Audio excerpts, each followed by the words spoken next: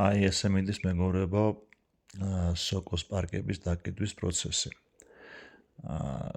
რო გავიარო თავიდან, ჯერ ეს პარკები ქონდა სიბნელეში, ტენიანობა იყო 70 გრადუსი, 70% და ტემპერატურა 25 გრადუსი. დაახლოებით დაყო 20-21 დღე ამ სივრცეში და შემდეგ გადმოვიტანეთ სათბურში, სადაც არის ტენიანობა, უნდა იყოს 80 გრადუსი და აუცილებელია ტემპერატურა იყოს 18 გრადუსი.